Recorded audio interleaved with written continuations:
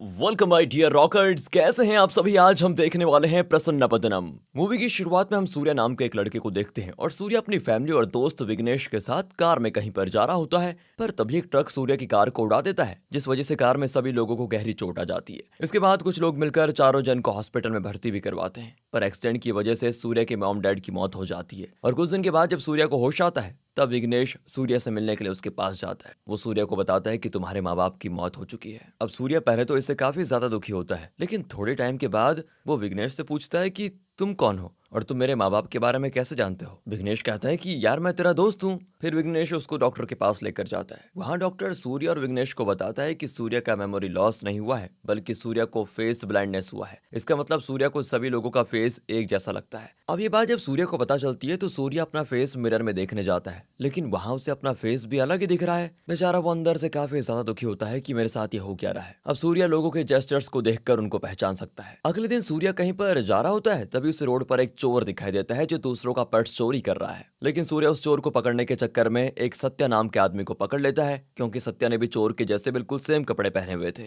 उसको पकड़कर तो सूर्या सीधे पुलिस को बुलाता है और कहता है कि सत्या ने चोरी की है, पर असल में तो चोर कोई और रहता है। थोड़े टाइम के बाद सूर्या को वही आदमी दिखता है जिसने असली में चोरी की थी। एंड तब सूर्या समझ जाता है कि उसने एक भले आदमी को फंसा दिया है, और फिर सूर्या मार खाकर वहां से भाग जाता है। अब दिखाते हैं तो सूर्या विघ्नेश के साथ कार से कहीं जा रहा होता है, और विघ्नेश ने सूर्या के लिए अपने बाल पर कलर भी किया होता है, जिससे सूर्या विघ्नेश को आसानी से पहचान पाए। हम देखते हैं कि सूर्या अब एक रेडियो कंपनी में काम करता है, और वहां सूर्या अपने कलीग्स को उनके हेयर स्टाइल और बॉडी लैंग्वेजेस से पहचानता है। अब एक दिन सूर्या रोड के पास खड़ा होता है और देखता है कि एक दादाजी दुकानदार से 500 रुपए के छुट्टे मांग रहे हैं, लेकिन दुकानदार उनको छुट्टे देने से मना कर देता है। पर इतने में वहां पर अध्या नाम की एक लड़की आती है और उस दुकानदार को दादाजी का 500 का नोट देती है और उससे छुट्टे मांगती है। पर इस बार देखो दोस्तों, वो दुकानदार लड़की को देखकर उसको छुट्टे दे देता है। Girls power, you know. And अब ये सारी चीज सूर्या बैठकर देख रहा है कि भाई ये हो क्या रहा है, लेकिन उसे अधिया ज्यादा पसंद आ जाती है। लेकिन दोस्तों इसका वैसे कुछ फायदा नहीं होता, क्योंकि सूर्या को किसी भी आदमी का चेहरा तो पहचानने में आता नहीं।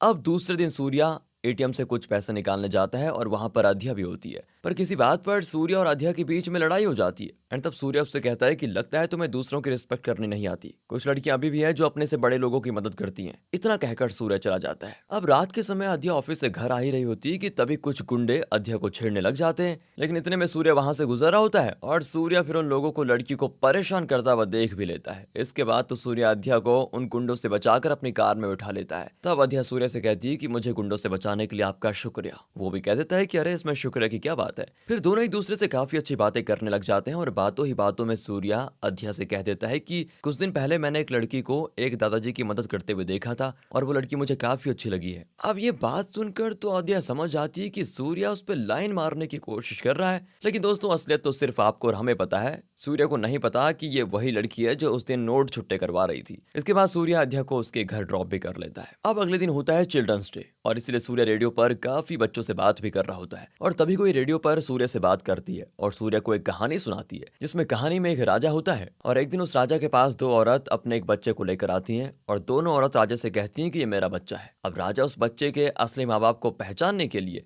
उस बच्चे को आग में फेंकने का नाटक करता है, पर उसी समय उस बच्चे की असली माँ राजा को ऐसा करने से रोक देती है। और वहीं दूसरी औरत अपनी जगह पर खड़ी रहती है, और इससे हमको ये पता चल जाता है कि जो हमसे सच्ची मोहब्बत करते हैं वो हमारी मुसीबत में भी हमारा साथ खड़े रहते हैं। एंड तभी हम वैश्यु नाम के एक लड़की को देखते हैं, और वैश्यु एक एसीपी ऑफिसर होती है। पर एसीपी होने के बाद भी वैश्यु अपने ससुराल के सारे काम करती है, और साथ ही साथ अपने पति वरुण की भी बहुत अच्छे से देखभाल करती है। अब अगले दिन एक चोर अध्या का सोने की चैन चुराकर भागने लग जाता है। तभी अध्या चोर को पकड़ने के लिए उसके पीछे भागती भी है, लेकिन तभी वहां पर सूर्य भी आ जाता है और वो उस आदमी का पीछा करने लग जाता है। अब सूर्य को तो ये लगता है कि वो आदमी बस को पकड़ने के लिए भाग रहा है, इसलिए सूर्य उस आदमी की बस में चढ़ने में मदद कर देता है। एंड तब अध्या सूर्य को ऐसा करता हुआ देखकर समझ जाती है कि पक्का ये भी इसमें मिला हुआ है। लेकिन इतने में अध्या के पास सत्य आ जाता है, और तब सत्य अध्या से झूठ कहता है कि तुम्हें पता है ये सूर्या ये अपने लोगों के साथ मिलकर दूसरों का सामान चुराता है। और अध्या भी फिर सत्य की झूठी बात पर यकीन कर लेती है। रात के समय सूर्य एक दुकान के पास खड़ा रहता है, तभी सूर्य देखता है कि एक आदमी एक लड़की को ट्रक के सामने फेंक देता है, जिसकी वजह से उसकी मौत हो जाती है और इस लड़की का नाम अमृता होता है। सूर्य जल्दी से अमृता को हॉस्पिटल लेकर जाता है, लेकिन उससे पहले उसकी मौत हो जाती है। अब अगले दिन विघ्नेश न्यूज़पेपर पढ़ रहा होता है, तभी उसे अमृता की मौत की खबर दिखती है। विघ्नेश ये खबर सूर्य को बताता है तो सूर्य कहता है कि अरे उसका एक्सीडेंट नहीं हुआ है, उसका मर्डर हुआ है और मैंने एक आदमी को देखा जो उसे ट्रक से फेंक कर भाग गया। विघ्नेश कहता है कि यार ये बात पुलिस को मत बताना, तुम मुसीबत में पड़ सकते हो। लेकिन अभी भी सूर्य के मन में अमृता की बात चल रही होती है और इसी वजह से वो खुद को ज्यादा समय तक रोक नहीं पाता और पीसीओ से सीधे पुलिस स्टेशन में कॉल करके एक कांस्टेबल को सारी सच्चाई बता देता है कि अमृता को मारा गया था। कांस्टेबल भी अपने हेड इंस्पेक्टर को जाकर बता देता है कि उसे एक अननोन नंबर से कॉल आया जो कह रहा है कि अमृता का मर्डर हुआ है। ये बात सुनते इंस्पेक्टर तो घबरा जाता है, क्योंकि इंस्पेक्टर ही वो आदमी है जिसने अमृता को उस रात मारा था और इस इंस्पेक्टर का नाम है रामचंद्र। जिसके बाद अगले दिन सूर्य को पुलिस का कॉल आता है और पुलिस सूर्य को पुलिस स्टेशन आने के लिए कह देते हैं। तब सूर्य सोचता है कि शायद उसे अमृता के मर्डर के बारे में पूछने बुलाया होगा, लेकिन पुलिस स्टेशन पहुंचने के बाद सूर्य वहां पर अध्या को देखता है और अध्या ने सूर्य पर चेन चोरी करने का केस किया होता है। इसी वजह से पुलिस ने सूर्य को बुलाया है। पुलिस वाले सूर्य से पूछते हैं कि तुमने अध्या की चेन क्यों चोरी की। सूर्य बताता है देखिए मैंने कोई चोरी नहीं की। एंड तब वहां पर असली चोर आता है जिसने अध्या का चेन एक्चुअली चुराया था और वो पुलिस ऑफिसर को बताता है कि चेन मैंने चुराया है। सूर्य एकदम निर्दोष आदमी है। अब सच्चाई जानने के बाद अध्या केस को वापस ले लेती है और सूर्य से सॉरी भी कहती है। धीरे धीरे सूर्य और अध्या एक दूसरे के अच्छे दोस्त बन जाते हैं, काफी समय एक दूसरे के साथ में स्पेंड करने लगते हैं। अब एक दिन सूर्य अध्या के साथ शॉपिंग करने आया होता है, तभी वहां पर अध्या की फ्रेंड सूर्य से कहती है मैं तुमसे बहुत प्यार करती हूँ। इस पे सूर्य उसे असलियत बताता है कि मुझे फेस ब्लाइंडनेस है और इसलिए मैं किसी का चेहरा पहचान नहीं सकता हूँ। ये बात सुनने के बाद तो अध्या की फ्रेंड सीधे 9-2-11 हो जाती है, पर सूर्य को ये बात नहीं पता थी कि अध्या ने उसकी सारी बातें सुन ली है। अध्या भी सूर्य के पास आकर कहती है कि मैं तुम्हारे साथ काफी समय से रह रही हूँ, लेकिन तुमने तो मुझे कभी ये बात नहीं बताई। वो उस पर गुस्सा होकर चली जाती है। अगले दिन सूर्य अध्या को वापस मना भी लेता है और दोनों फिर से अच्छे दोस्त बन जाते हैं। अब हम देखते हैं रामचंद्र को, जो सीसीटीवी फुटेज में सूर्य के कार का नंबर देख रहा होता है, पर कार का नंबर प्लेट टूटा हुआ रहता है। रामचंद्र सूर्य के पुराने घर पर जाता है, वहां उसके बारे में पूछताछ करता है, लेकिन उसे सूर्य के बारे में कोई खबर नहीं मिलती। अब एक दिन वैशु रामचंद्र के साथ अमृता के घर आता है और अमृता के पेरेंट्स को कुछ पैसे देकर उनकी मदद करता है, पर अभी तक अमृता के केस के बारे में राज नहीं खुला है। फिर हम वापस से सूर्य और अध्या को एक रेस्टोरेंट में देखते हैं। अध्या ने सूर्य के लिए अपने बाल कलर किए होते हैं जिससे सूर्य उसको पहचान पाए। दोनों रेस्टोरेंट में बातें कर ही रहे होते हैं कि तभी अध्या को कुछ काम आ जाता है और इसीलिए अध्या सूर्य की कार लेकर अपना काम करने चली जाती है। लेकिन रास्ते में अध्या को रामचंद्र की वाइफ दिखती है एंड तब अध्या रामचंद्र की वाइफ को कार में बैठा लेती है और उन्हें रामचंद्र के पास ड्रॉप भी कर लेती है। पर जब अध्या कार से वापस जा रही होती है तभी रामचंद्र उस कार का नंबर प्लेट देख लेता है और नंबर प्लेट टूटा होने के कारण रामचंद्र समझ जाता है कि ये कार जरूर सूर्य की है, जिसने पुलिस स्टेशन में अमृता के मर्डर के बारे में बताया था। अब वो उस कार का पीछा करने लग जाता है और आखिर में वो देखता है कि अध्या कार की चाबी सूर्य को देती है और तब रामचंद्र सूर्य को भी देख लेता है। दिखाते हैं कि सूर्य रात के समय कहीं पर जा रहा होता है, तभी रामचंद्र उस पर हमला कर देता है और उसको मारने भी लगता है। पर जब वो उसको मार रहा होता है तभी सूर्य उसके चेस्ट पे बना टैटू देख लेता है। अगले दिन तो फिर वो सीधे पुलिस स्टेशन कंप्लेंट करने जाता है। वहाँ रामचंद्र, वैशु और वरुण डिनर कर रहे होते हैं। अब रामचंद्र देखता है कि सूर्य पुलिस स्टेशन पर आया है। वो सूर्य को देखने के लिए बाहर जाता है, लेकिन सूर्य वहां पर होता ही नहीं। कुछ समय के बाद सूर्य वैशु के कैबिन में आता है और उसे बताता है कि मैंने अमृता का मर्डर होते देखा है। पिछली रात को एक आदमी ने मुझ पर हमला भी किया और उस आदमी के चेस्ट पे एक टैटू भी बना हुआ था। अब ये सारी बात सुनने के बाद वैशु भागते हुए रामचंद्र के पास जाती है और उस पर काफी ज्यादा चिल्लाने लग जाती है। वो उससे कहती है कि तुम पागल हो, तुमने सूर्य को क्यों मारा था। और सूर्य असली सच्चाई किसी दूसरे ऑफिसर को बता दिया होता तो आज हम दोनों जेल में चक्की पीस रहे होते। दोस्तों यहाँ से हमको पता चलता है कि अमृता के मर्डर में वैशु का भी हाथ है। अब वैशु ने अमृता को क्यों मरवाया ये जानने के लिए आपको मूवी लास्ट तक देखनी पड़ेगी। दूसरी तरफ अध्या को लड़के वाले देखने आते हैं, लेकिन अध्या उस लड़के को रिजेक्ट कर देती है एंड तब अध्या की माँ उस पर गुस्सा हो जाती है और सूर्य से कहती है तुम उसके फ्रेंड हो, तुम उसको समझाओ। लेकिन वो किसी से बात नहीं करती और घर चली जाती है। लेकिन इसी बीच उसका पैर फिसलता है और पैर फिसलने की वजह से उस पर चोट आ जाती है। फिर सूर्य और अध्या की मॉम उसको हॉस्पिटल भी लेकर आते हैं। वहां सूर्य अध्या का काफी ध्यान रखता है, जिसके बाद अध्या सूर्य को बताती है कि मैं तुमसे प्यार करती हूँ और तुम्हें जो ये फेस ब्लाइंडनेस की प्रॉब्लम है मुझे इससे कोई प्रॉब्लम नहीं है। एंड यहाँ से फिर दोनों एक साथ काफी लंबा समय बिताने लग जाते हैं और साथ ही साथ दोनों एक दूसरे के करीब भी आने लग जाते हैं। यहाँ तक दोनों के बीच किस भी होता है। अब रात के समय सूर्य अध्या को ड्रॉप करके घर जा ही रहा होता है, तभी पुलिस वहां पर आ जाती है और सूर्य को पकड़ लेती है। सूर्य को पकड़ने के बाद वो लोग सूर्य को पुलिस स्टेशन लेकर आते हैं, उसको बहुत ज्यादा मारते भी हैं। कुछ टाइम के बाद वहां पर वैशु आती है और सूर्य से कहती है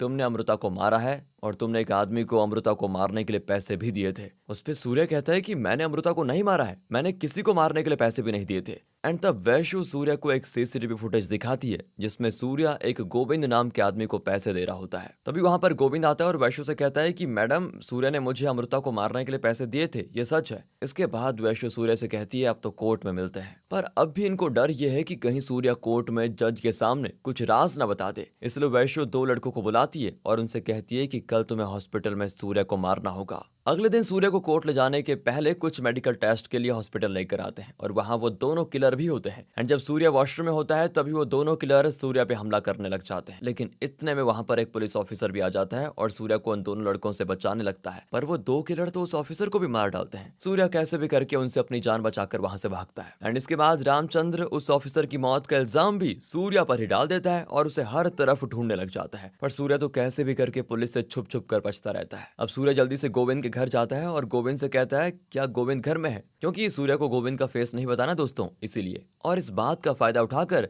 गोविंद सूर्य से कहता है कि गोविंद तो मेरा बड़ा भाई है और वो थोड़े टाइम में ही घर आएगा। इसके बाद तुझे गोविंद जल्दी से रामचंद्रन को कॉल करके अपने घर आने के लिए कह देता है। पर तभी एक आदमी गोविंद के घर आकर गोविंद से कहता है तुम मेरे पैसे कब दे रहे हो। एंड तब सूर्य समझ जाता है कि ये गोविंद ही है और इसने मुझसे झूठ कहा। सूर्य सीधे उसको पकड़ने जाता है, लेकिन गोविंद सूर्य के हाथों से बचकर भागने लगता है। भागते भागते गोविंद गाड़ी से टकरा जाता है जिससे उसकी मौत हो जाती है। फिर सूर्य अपने दोस्त के साथ मिलकर अमृता के घर पर जाता है। उसके माँ बाप से कहता है कि अमृता का मर्डर हुआ था, लेकिन उसके माँ बाप उल्टा सूर्य पर गुस्सा हो जाते हैं, उसकी कोई बात नहीं सुनते और उसे अपने घर से भगा ही देते हैं। अब दिखाते हैं तो सूर्य और अध्या की जगह पर बैठे हुए हैं। तभी सूर्य को अध्या की मॉम का कॉल आता है। अध्या की मॉम उसको कहती है कि सूर्य तुम अध्या की जिंदगी से चले जाओ, क्योंकि तुम्हें किसी का चेहरा तो दिखाई नहीं देता, तो तुम दोनों साथ नहीं रह सकते हो। एंड फिर सूर्य को भी रियलाइज होता है एंड वो उसको कह देता है कि मैं तुम्हारे लिए सही नहीं हूँ। इतना कहकर सूर्य अध्या को उसके घर छोड़ देता है। अब सूर्य सोचने लगता है कि आखिर अमृता की जो मौत हुई थी उसमें सीसीटीवी फुटेज भी था, उसको किसने डिलीट किया। एंड इस बात को जानने के लिए सूर्य सीसीटीवी फुटेज चेक करने लग जाता है। तब उसे सीसीटीवी फुटेज में एक आदमी दिखता है। तब विघ्नेश सूर्य को बताता है कि वो आदमी तो रामचंद्र है। सूर्य फिर रामचंद्र के घर जाकर सबूत ढूंढने लग जाता है। पर जब सूर्य सबूत ढूंढ रहा होता है तभी वहां पर रामचंद्र और उसकी वाइफ आ जाते हैं। लेकिन अब सूर्य को कैसे भी करके बचना होता है, तो वो रामचंद्र की बेटी को अपने हाथ में पकड़ लेता है और रामचंद्र से कहता है कि अगर तुमने मुझे सच्चाई नहीं बताई तो मैं तुम्हारी बेटी को मार डालूंगा। एंड तब रामचंद्र उसे बताता है कि वैशु वरुण से बहुत प्यार करती थी, आगे चलकर उनकी शादी भी हो गई। कुछ सालों के बाद भी वैशु मां नहीं बन पाई और इसी वजह से वैशु बहुत दुखी रहता था। एंड अब दिखाते हैं कि तभी एक दिन उनके घर पर उनकी नौकरानी की बेटी अमृता आती है। अमृता को देखकर वरुण उसे कहता है कि क्या तुम मेरे बच्चे की मां बनोगी। अब इस पर पहले तो अमृता कुछ समझ नहीं पाती एंड फिर वरुण उसको आईवीएफ के बारे में बताता है, जिसके बाद अमृता आईवीएफ के लिए मान जाती है। साथ ही साथ वैशु भी इसके लिए रेडी थी, वो भी यही चाहती थी। एंड अब अमृता आईवीएफ के जरिए प्रेग्नेंट हो जाती है और वरुण अमृता का ध्यान भी रखने लग जाता है। दूसरी ओर उसके परिवार वाले भी अमृता से बहुत ज्यादा प्यार करने लग जाते हैं,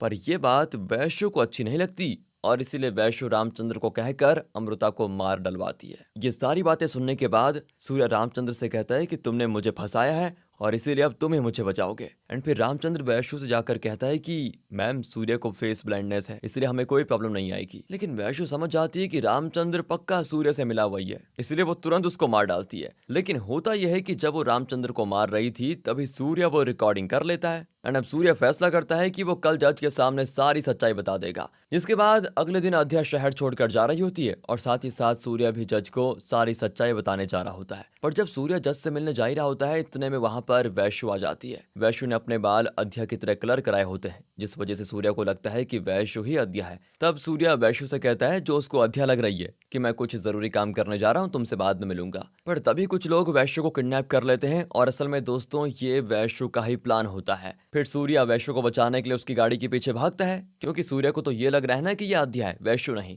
जिसके बाद सूर्य वैशु को उन लोगों से बचा भी लेता है। लेकिन जब सूर्य वैशु को हक करता है तब सूर्य समझ जाता है कि ये अध्या नहीं है, ये जरूर वैशु का प्लान होगा। अब सूर्य जब वहां से बचकर भागता है तो तब असल में अध्या उसको देख लेती है भागते हुए। लेकिन जब सूर्य अध्या को देखता है तो उसे अब ये लगता है कि वो वैशु है, इसलिए सूर्य अध्या को एक लकड़ी से मार देता है। इसकी वजह से उसको काफी चोटें भी आती है। पर तभी वहां पर दोनों किलर आ जाते हैं और सूर्य और अध्या को मारने लगते हैं। एंड तब सूर्य समझ जाता है कि ये असली अध्या है, जिसके बाद सूर्य उन दोनों किलर को बहुत मारता है। अब होता यह है कि सूर्य के सामने अध्या और वैश्यु आ जाती है और दोनों के बाल का कलर सेम होने के कारण सूर्य उनको पहचान नहीं पाता। सूर्य के दिमाग में एक प्लान आता है और सूर्य गन से अपने शोल्डर पे शूट कर देता है। तभी अध्या भागते हुए सूर्य को बचाने के लिए आती है, जिससे सूर्य वैश्यु को पहचान लेता है, क्योंकि वैश्यु सूर्य को गोली लगने पर भी उसे बचाने नहीं आएगी, ये तो पक्का था। फिर सूर्य वैश्यु को गोली मार देता है और वैश्यु की मौत हो जाती है। इसी के साथ दोस्तों ये मूवी यहाँ पर खत्म होती है। बाकी मिलते हैं आपसे अगली वीडियो में। ध्यान रखेगा अपना। वीडियो अच्छी लगी हो तो लाइक कीजिए, चैनल को subscribe and finally thanks for watching.